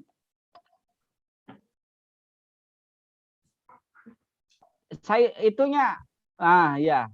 Oke, mana tuh? Kemana larinya? Ya, siap. Terima kasih atas waktunya. Ketika kita perkenalkan, nama saya Muhammad Fatur Rahim, calon mahasiswa pasca sarjana di ITB Ahmad Dahlan. Yang ingin terima kasih juga atas waktunya kepada moderator dan juga yang terhormat Bang Kawendra. Memang industri kreatif itu adalah isu yang sangat seksi lah untuk kita bicarakan seperti itu. Tapi dari beberapa ide-ide tadi yang sudah disampaikan, sebenarnya kan ada 2 hal penting. Yang pertama adalah ide atau gagasan, yang kemudian yang kedua adalah eksekusi. Itu yang paling penting. Nah, terkait eksekusi ini pastikan ada beberapa hal yang berbeda tiap-tiap individu, Bang, seperti itu. Ada mungkin background pendidikan, kemudian intelektualitas seseorang, juga kondisi ekonomi, seperti itu. Privilege lah istilahnya kalau kita mengacu pada istilah saat ini. Nah, sejauh mana dalam eksekusi industri kreatif ini privilege itu mempunyai peran penting peran pentingnya sejauh mana sih privilege ini bagi kita yang ingin terjun di dunia industri kreatif seperti itu. Terima kasih. Siap. Oke, ya. Pertanyaannya bisa langsung dijawab Kang Kawendra ya. Dia itu ini sebetulnya gampang juga, bingung juga ini. Jadi ternyata di sini banyak orang-orang yang dilema, Kang, yang memang harus kita insafkan ini dari keraguan-raguannya ini. Dia ide mungkin ada, lalu kemudian ini untuk eksekusi ini jadi banyak banget gitu ya, pikiran-pikirannya, sehingga privilege-nya itu seperti apa sih kalau ingin masuk ke dunia industri kreatif itu, ragu dia. Oke, yakinkan tolong Kang Kawendra, yakinkan. Ya, terima kasih Mas Fatur Rohim sudah bertanya bagaimana privilege di sektor ekonomi kreatif ini untuk mengeksekusi gagasan, kurang lebih seperti itu ya. Ya. Nah, jadi begini, kalau kita cermati, para pelaku ekonomi kreatif ini sudah memiliki privilege tersendiri. Kenapa saya berani mengatakan seperti itu? Karena kita diberikan anugerah oleh Allah ide-ide yang tidak biasa, ide-ide yang mungkin tidak umum, ide-ide yang kalau bahasa kerennya anti mainstream, gitu ya. Nah, ini sudah privilege tersendiri. Nah, lalu untuk mengeksekusi gagasan itu kan punya latar belakang yang berbeda-beda. Tapi bagi saya, satu kunci yang paling utama dalam kita mengeksekusi ide itu supaya optimal adalah apa? Teamwork. Industri kreatif tidak akan bisa berdiri sendiri saja gitu kan. Justru pelaku usaha-usaha ekonomi kreatif itu tidak mungkin dia solo karir gitu kan. Artinya perlu tim yang kuat, tim yang sejalan, tim yang sevisi, tim yang sama-sama gilanya gitu kan. Tim yang sama-sama bisa memberikan batasan-batasan tertentu saat memang mengingatkan ketika dia sudah melenceng jauh. Jadi tim ini diperlukan. Tim itu bukan selalu harus orang luar. Keluarga kita, istri kita, orang tua kita itu menjadi bagian tim kita. Nah, kalau saya menyederhanakannya adalah dengan kita merekrut tim-tim ini yang sudah memang dia punya passion di dunia kreatif. Jadi setidaknya ketika kita kasih satu tugas A, dia bisa mengelaborasi tugas itu menjadi A+, A++, A triple+, sebagai macamnya. Ketika kita berikan ide gagasan B, dia bisa eksekusi jadi B+, jadi B kuadrat gitu kan. Nah, itu pelaku ekonomi kreatif rata-rata seperti itu. Nah, katakanlah sekarang di Indonesia ini salah satu kelemahannya adalah soal literasi ekonomi kreatif. Maka dari itu kami di Gerakan Ekonomi Kreatif Nasional, Gkraf, setelah Rakornas tahun kemarin yang menjadi amanat Rakornas kita selama beberapa tahun ke depan, kita telah menemukan permasalahan perkembangan ekonomi kreatif di Indonesia ini yang paling utama adalah literasi. Kenapa literasi? Karena banyak pelaku ekonomi kreatif yang tidak sadar dia ada di zona ekonomi kreatif. Oke? Sebut saja di setiap gang-gang sempit di seluruh Indonesia ini ada pedagang gorengan. Mereka adalah pelaku ekonomi kreatif, gitu kan. Tapi mereka beririsan dengan gaya konvensional yang seharusnya mereka bisa melompat menjadi lebih kreatif lagi. Nah, itu tidak bisa disalahkan karena masih keterbatasan literasi. Maka dari itu di Rakornas kami di Gkraf ada 4L rumusnya. Pertama, tugas besar Gkraf itu adalah literasi ekonomi kreatif. L yang kedua adalah setelah optimalnya literasi, kita harus bisa melahirkan pengusaha-pengusaha baru di sektor ekonomi kreatif. L yang ketiga, dengan lahirnya pengusaha baru, tentunya luasnya lapangan kerja di sektor ekonomi kreatif yang tercipta. Dan L yang keempat adalah lestarinya produk kreatif, kesenian, kebudayaan Indonesia. Jadi sebetulnya sederhana seperti itu. Pertama adalah tim, bagaimana kita memilih tim yang tepat. Ini kan sebetulnya tim ini tidak hanya berbicara ekonomi kreatif, di industri konvensional pun ataupun sektor apapun, kita harus bisa memilih tim yang tepat. Karena ini bagian dari awal kita untuk berkolaborasi energi dalam mengembangkan usaha kita. Jadi tim yang tepat itu adalah utama. Soal modal, katakanlah misalnya ini kita kan terbatas modal sebagai macam. Banyak ternyata teman-teman yang berangkat usaha tidak pakai modal. Contoh, katakanlah saya, nggak usah jauh-jauh, saya berangkat dari bikin lagu, dapat royalti, akhirnya itu dapat rezeki sendiri, bangun usaha dari modalnya yang awalnya tidak modal, hanya gagasan, hanya karya, gitu. Musik bisa bikin sendiri, gitu kan, direcord, dikirim, dipakai oleh yang lain, akhirnya itu menjadi modal sendiri. Lalu yang tidak pakai modal apa lagi? Katakanlah misalnya jadi agensi untuk talent-talent kreatif. Agensi untuk talent-talent kreatif itu banyak sekali potensinya. Sederhananya misalnya katakanlah gini, ada kebutuhan kesenian ini di daerah ini. Teman-teman punya relasi itu, oke, saya jadi agensinya ya. Ya, akhirnya teman-teman mendilkan itu, kemudian setelah mendilkan itu dan bisa mendapatkan nilai ekonomi dari teman-teman mengagensikan talent tersebut. Begitu. Ada lagi? Oh, blank ya. Oke, ada lagi teman-teman semua? Oke, saya kira mungkin kita harus dibatasin juga ini, tapi memang karena banyaknya pertanyaan ya, baik melalui WA maupun langsung chat ya, saya kira nanti akan dikompilasi oleh panitia ya, Bang Wendra ya, nanti mungkin akan dikirim kita lah ke Bang Wendra. Baik, ada hal-hal saya kira yang sangat menarik dan ini adalah oleh-oleh kita pertemuan kali ini gitu ya. Tadi Bang Wendra ngomong bahwa entrepreneur itu bukan profesi gitu kan. Tapi entrepreneur itu adalah mindset. Ini luar biasa loh. Bagaimana kita memiliki jiwa kewirausahaan dulu, baru kemudian kita berprofesi di situ ya. Kenapa? Karena mindset itu digerakkan oleh akal dan pikiran kita. Yang kedua, usaha itu, dia bilang nih, usaha ini menarik ya, usaha itu, kata gurunya Bang Wendra katanya, seperti antena TV. Jadi jangan berserikat dengan orang-orang yang memang karakternya tidak baik lah, kira-kira seperti itu gitu kan. Kemudian arusnya juga ya arus yang mengetahui informasi dan selalu berkolaborasi gitu kan, bersinergi gitu kan.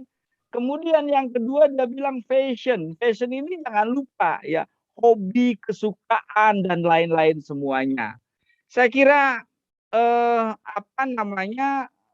terlalu banyak ungkapan-ungkapan para ahli terhadap bagaimana kita meraih kesuksesan itu, tapi paling tidak mungkin dilematika yang terjadi sekarang, Kang Wendra, itu karena memang sekarang kita masih pandemik. Dalam kondisi pandemik ini mungkin kita itu dilema, dimakan mama mati, nggak dimakan papa mati, antara ekonomi dan kesehatan gitu kan. Mungkin sebagai penutup saya minta ke Bang Wendra untuk sedikit memberikan kisi-kisi bagaimana kita juga bisa tetap semangat dalam situasi pada saat situasi pandemik sekarang ini. Silakan, ya. Bang Wendra. Terima kasih semuanya. Sebelum saya akhiri ini bagian dari closing statement saya mungkin. Terima kasih Mas Gimal, ITB Ahmad Dahlan Jakarta, Pak Rektor, juga semua yang sudah memberikan kesempatan kita bisa silaturahmi pada sore hari ini.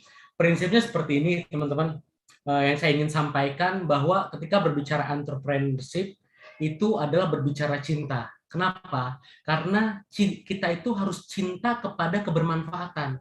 Kita cinta dalam mendistribusikan kebaikan kepada sesama kita.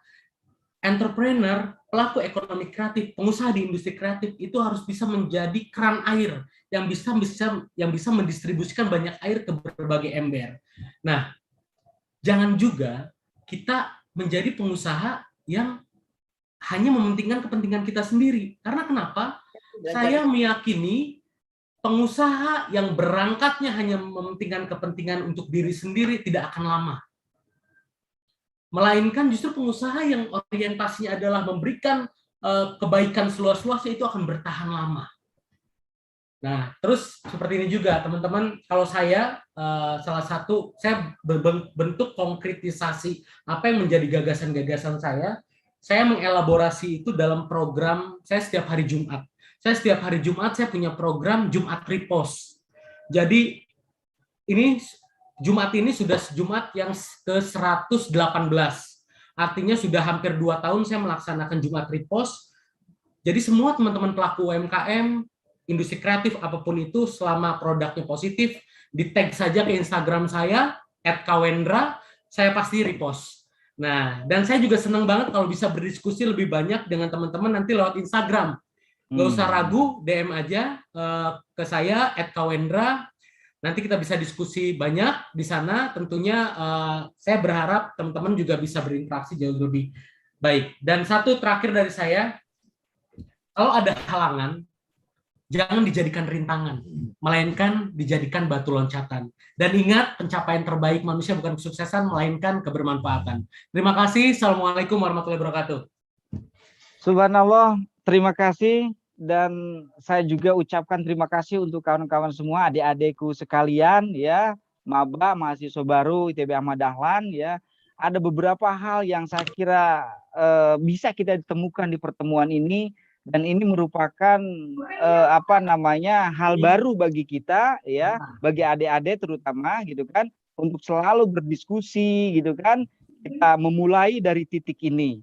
Nah, teman-teman, adik-adik sekalian, ada kata-kata mutiara yang saya kira bagus sekali untuk sebagai penyemangat kita. Laulal ilmi lakanan nasi kal bahaim, katanya. Kalau seandainya tak berilmu, manusia itu laksana binatang. Ini kacau ini. Maka dengan adanya majlis-majlis seperti ini memberikan kita semakin kuat bahwa ilmu itu sangat penting. Kolaborasi itu sangat penting, bersinergi itu sangat penting, lalu kemudian berjuang. Nah, ini kola Pak Wendra tadi. Itu saja, kurang lebihnya mohon maaf, ya. Saya selalu akan pasti kangen dengan teman-teman semua. Nanti mungkin kita akan bertemu kembali di acara dan channel yang berbeda mungkin temanya, tapi mari kita berikan aplaus kepada pembicara kita untuk saat ini, Pak Wendra, ya. Oke, itu saja teman-teman, mari kita akhiri, dan selanjutnya saya serahkan kembali kepada moderator, kepada pembawa acara yang tadi telah menyerahkan waktunya kepada saya. Silakan. Terima kasih. Saya ucapkan kepada moderator Bapak Imal Istiqmal, selaku Wakil Rektor 3, yang telah memandu acara diskusi dengan hikmat untuk kita. Bapak Kawendra Rusdian. Acara selanjutnya yaitu pengenalan perpustakaan oleh Wakil Rektor 1 Institut Teknologi dan Bisnis Ahmad Dahlan Jakarta kepada Bapak Setiabudi SEMFI, dipersilakan.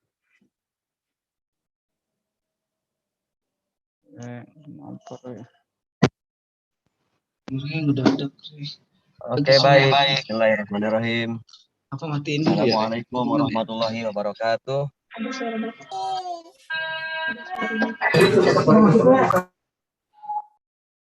Oke,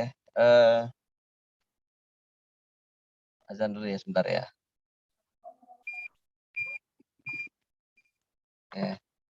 Bismillahirrahmanirrahim. Alhamdulillahirrahmanirrahim. Wassalatu wassalamu ala Muhammadin wa ala alihi wa sahbihi ajma'in. Amma ba'du.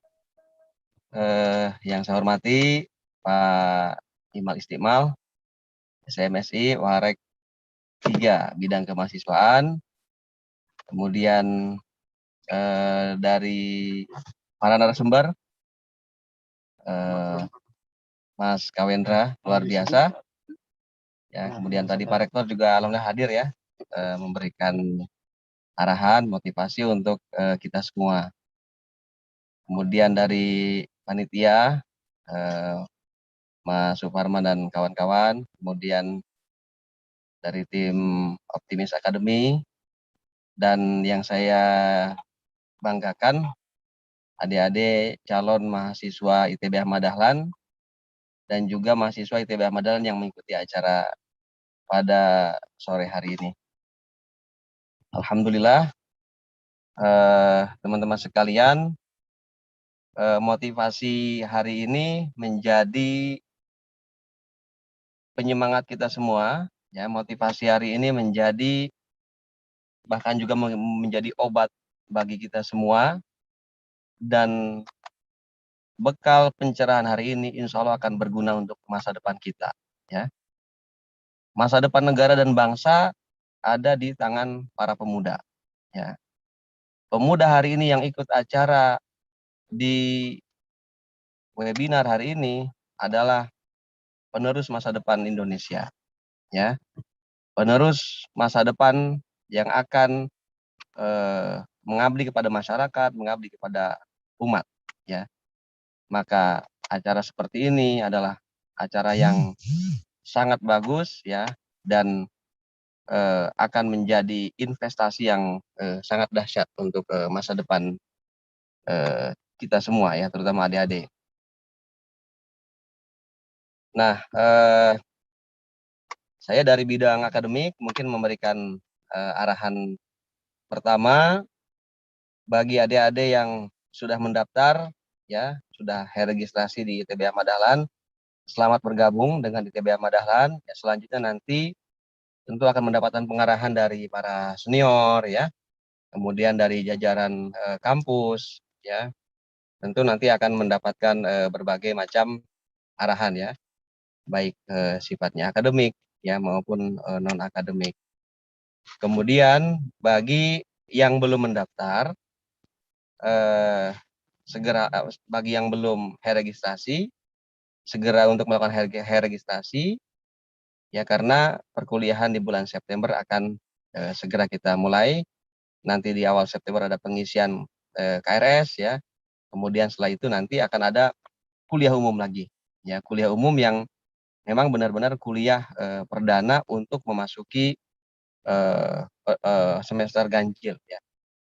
Kalau hari ini kuliah umum kita adalah kuliah umum prakuliah, gitu, ya, adalah sebuah kegiatan yang sangat luar biasa, dan mungkin acara seperti ini bisa dilakukan, ya, oleh bidang kemahasiswaan setiap bulan. Itu sangat bagus sekali, ya, karena kita butuh suntikan, ya, kita butuh motivasi, ya. Kalau nggak dimotivasi itu kadang semangat kita loyo. Dan hari ini tadi banyak sekali pencerahan-pencerahan, ya, banyak sekali ilmu-ilmu yang kita dapatkan.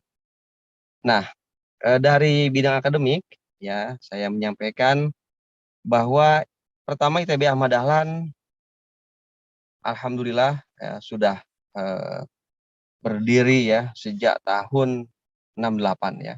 Kampus ini adalah bukan kampus baru tapi yang sudah dewasa, ya.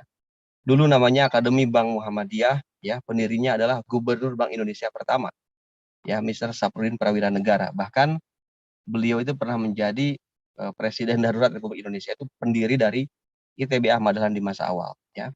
Kemudian menjadi Akademi Keuangan Perbankan, kemudian menjadi STY Ahmad Dahlan, dan pada tahun 2018 berubah menjadi Institut Teknologi dan Bisnis Ahmad Dahlan Jakarta. Nah, alhamdulillah, ya, sekarang sudah ada 9 program studi, ya, ada S2 Keuangan Syariah, ya, yang merupakan S2 pertama di Indonesia di bawah Kementerian Pendidikan dan Kebudayaan yang kita dapat izin pada tahun 2010. Itu selama ini, ya, untuk prodi keuangan syariah itu ada di Kementerian Agama. Tapi alhamdulillah Ahmad Dahlan, ya, pada tahun 2010 STY Ahmad Dahlan waktu itu mendapatkan kepercayaan yang pertama kali, ya, untuk membuka S2 Magister Keuangan Syariah. Sudah banyak lulusan yang dilahirkan, ya, yang bertebaran di berbagai lembaga keuangan. Kemudian yang kedua ada S1 Manajemen, ya, yang ketiga ada S1 Akuntansi, ada sekarang ada tambahan di Fakultas Teknik, ya, ada S1 DKV, Arsitektur, Sistem Informasi dan Teknologi Informasi. Dan juga ada D3 Akuntansi dan D3 Keuangan Perbankan. Ada 9 prodi. Alhamdulillah, institusi kita sudah terakreditasi B, ya. Jadi kalau kampus belum terakreditasi institusi itu tidak boleh melakukan wisuda. Nah, sekarang dari sekian ribu kampus itu hanya kampus-kampus terpilih lah yang bisa mendapatkan akreditasi, ya, dan wajib mendapatkan akreditasi institusi, ya, dan program studi. Alhamdulillah ITB Ahmad Dahlan sudah memiliki itu semua. Jadi yang paling pertama dicari kampus adalah akreditasi.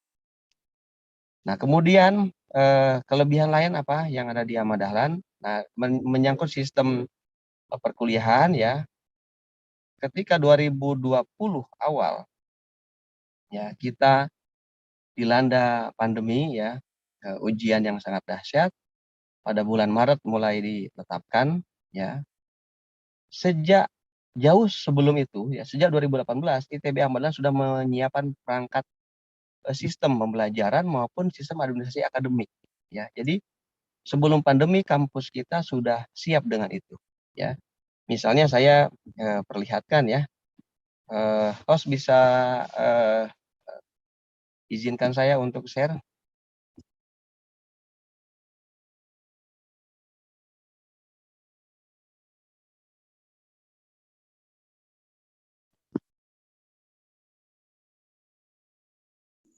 Sudah ya, Pak? Oke, share screen sebentar ya.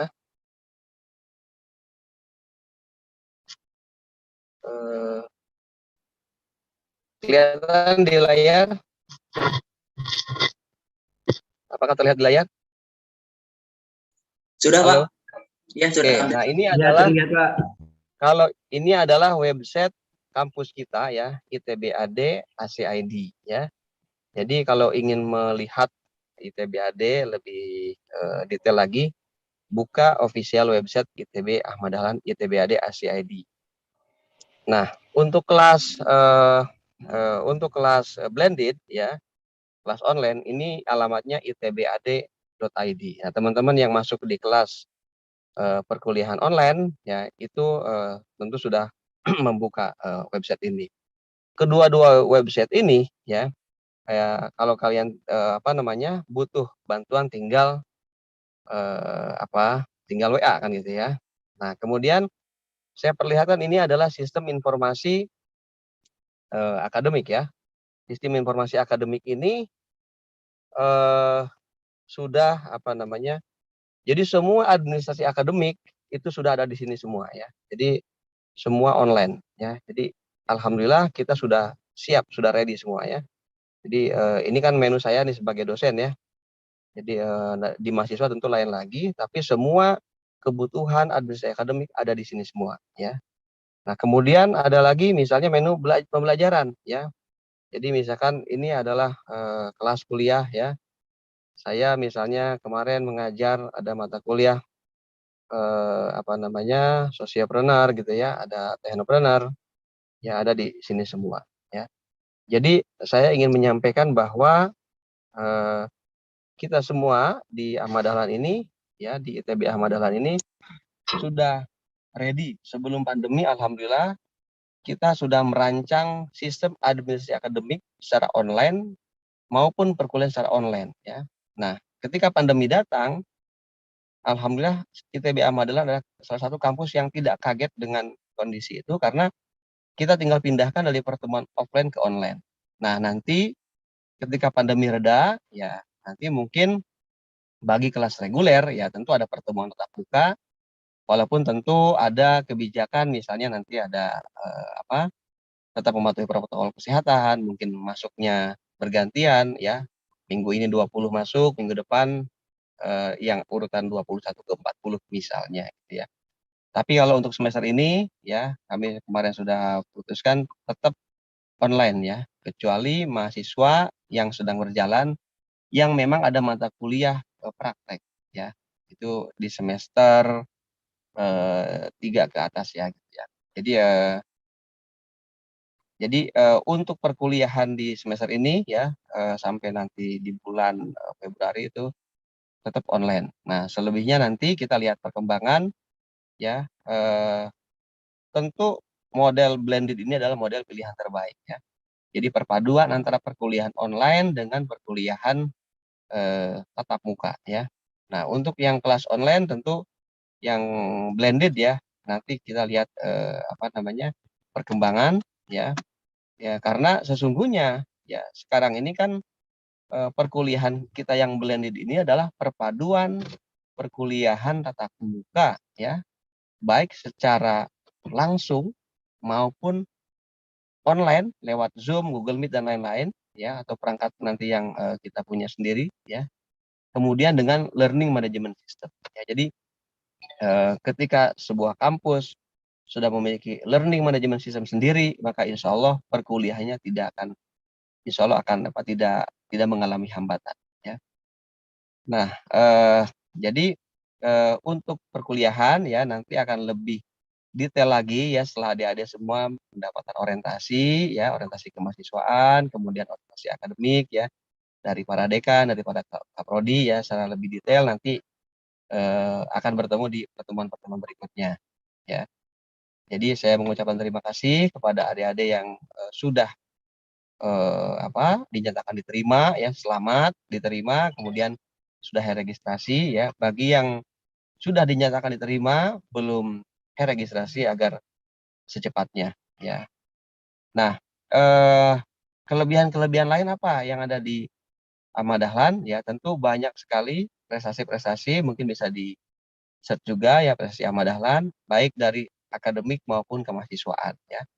Di sini banyak sekali kegiatan kemahasiswaan ya. Jadi ada misalnya ada Badan Eksekutif Mahasiswa ya, ada Dewan Perwakilan Mahasiswa, ada UKM ya, banyak UKM pilihannya ya, seni budaya ya, teater ya, olahraga, cinta alam ya, musik gitu ya bagi adik-adik yang kuliah reguler ya.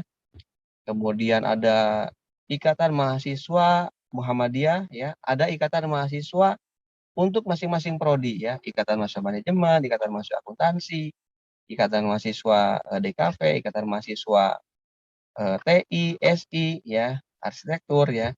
Jadi kita ingin membekali mahasiswa itu dengan kecerdasan yang holistik ya. Apa itu kecerdasan holistik? Yang memadukan antara ya tidak hanya IQ ya, tapi juga EQ ya, dan juga SQ dan PQ ya. Jadi tidak hanya IQ aja ya, tapi juga emotional quotient, kemudian spiritual dan physical. Jadi fisik juga harus dijaga ya. Apalagi masa pandemi ini kan kita rasa betul ya, bagaimana kita menjaga kebugaran kita ya, menjaga diri kita ya, setiap hari olahraga dan seterusnya. Ini bagian kecerdasan yang harus kita terapkan dalam kehidupan sehari-hari. Demikian mungkin arahan singkat dari saya, selebihnya adik-adik bisa googling ya, bisa kunjungi situs ITB-AD, dan nanti setelah mahasiswa tentu akan mendapatkan user ID seperti untuk membuka sistem-sistem yang ada yang saya sampaikan tadi, learning management system, ya, kemudian sistem informasi akademik, semuanya ada di genggaman Anda semua ya.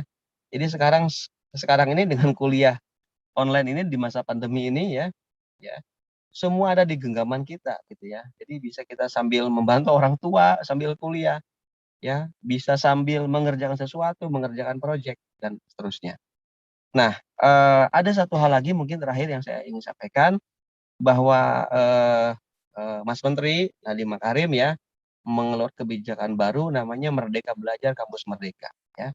Ini sudah kita terapkan ya, sudah berjalan di ITB Ahmad Dahlan. Lihat websitenya mbkm.itbad.ac.id ya. Jadi Merdeka Belajar Kampus Merdeka itu memberikan kebebasan kepada adik-adik mahasiswa ya, memberikan hak ya 3 semester untuk belajar di luar prodinya ya. Misalnya nih ya, adik-adik yang anak manajemen itu bisa belajar 1 semester di kampus ITB-AD ya. Di kampus ITB-AD pada prodi yang lain ya, 1 semester. Boleh ya, ini kan opsi ya. Kemudian 1 tahun ya, 2 semester boleh belajar di kampus lain, mitra ITB-AD. Misalnya kita banyak sekali mitra kita ya, baik dalam maupun luar negeri ya. Yang di dalam negeri ya, sesama kampus Muhammadiyah ada 165 perguruan tinggi Muhammadiyah ya. Kemudian perguruan tinggi yang sudah kita MOU ya, itu juga bisa kita belajar di sana. Bahkan ya beberapa mahasiswa kita juga di semester lalu ya, itu ada yang belajar di Asia University di Taiwan ya. Jadi kerjasama dengan beberapa negara ini banyak juga ya. Jadi ada di beberapa kampus di Malaysia, Taiwan, di Inggris ya, di Korea gitu ya. Jadi ada beberapa kampus yang kerjasama ya, baik dalam maupun luar negeri. Nah, kemudian ada lagi mengerjakan misalnya proyek kewirausahaan. Makanya dengan pelatihan hari ini luar biasa. Nanti akan bisa membuat proyek kewirausahaan. Ya, ada bisa itu bisa diakui sampai dengan 20 sampai 40 SKS. Bisa proyek kemanusiaan. Bisa ikut juga proyek independen ya. Kemudian ada lagi pilihan misalnya KKN di desa. Jadi ke depan itu sebenarnya belajar di kampus itu mungkin hanya 3 tahun ya. Selebihnya atau setahun lagi atau 2 semester itu belajar di lapangan. Tapi ini adalah opsi ya, pilihan ya, menu-menu yang bisa dipilih oleh adik-adik. Nah, selengkapnya nanti kita akan ketemu di semester 5 ya itu. Itu semester 5, 6, 7 ya. Itu akan mulai dengan MBKM ya. Jadi insya Allah ya adik-adik yang sudah lulus ya, dinyatakan lulus dan diterima di Ahmad Dahlan, ini adalah kampus kampus salah satu kampus terbaik Muhammadiyah ya yang ada di Jakarta ya. Dan mari kita persiapan diri untuk memulai kuliah dan kita menjadi lulusan ITB Ahmad Dahlan yang hebat ya.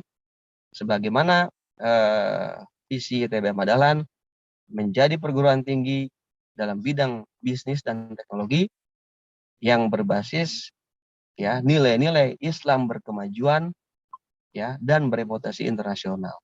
Kita akan melahirkan sosio-teknopreneur ya. Sosiopreneur dan teknopreneur ya adalah tugas yang diberikan oleh pimpinan pusat Muhammadiyah untuk dilahirkan oleh ITB Ahmad Dahlan untuk ikut menyelesaikan persoalan bangsa. Apa persoalan bangsa yang sangat berat kita hadapi? Kemiskinan, pengangguran. Dengan lahirnya para pengusaha baru, adik-adik ya yang menjadi pengusaha akan mampu berpartisipasi dalam pengentasan kemiskinan dan akan berpartisipasi dalam mengurangi pengangguran ya. Kalau 1 orang mempekerjakan 5 orang, bayangkan ya, kalau 1000 lulusan ITB Ahmad Dahlan, kalau 1 orang mempekerjakan 5 orang, berarti sudah 5.000 per tahun ya. Kalau 1 orang membawa 10 orang mempekerjakan yang nganggur itu misalkan 10 orang, tinggal dikali saja, berarti 10.000 pengangguran teratasi. Betapa dahsyatnya menjadi sosiopreneur, menjadi teknopreneur, menjadi entrepreneur. Demikian, billahi fisabilil haq, fastabiqul khairat. Assalamualaikum warahmatullahi wabarakatuh. Waalaikumsalam warahmatullahi wabarakatuh. Terima kasih disampaikan kepada Bapak Setiabudi SEMSI selaku Wakil Rektor 1 yang telah mengenalkan sistem perkuliahan. Informasi untuk seluruh mahasiswa baru, sertifikat nanti bisa diakses pada link yang akan di-share oleh panitia. Silakan para mahasiswa baru bisa mengakses di link yang setelah di-share.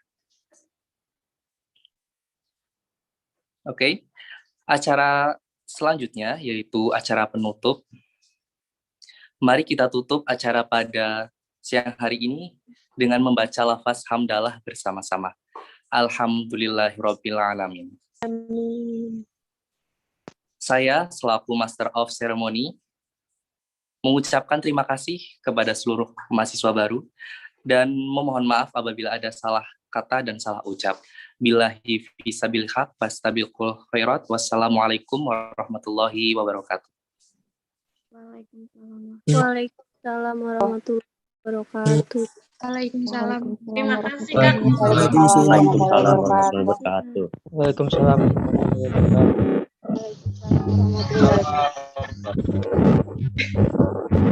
Siap.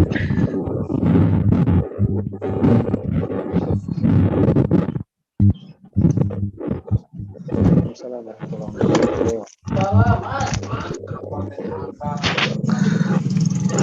Terima kasih banyak. Jazakallah khair. Boleh keluar belum? Waalaikumsalam warahmatullahi wabarakatuh.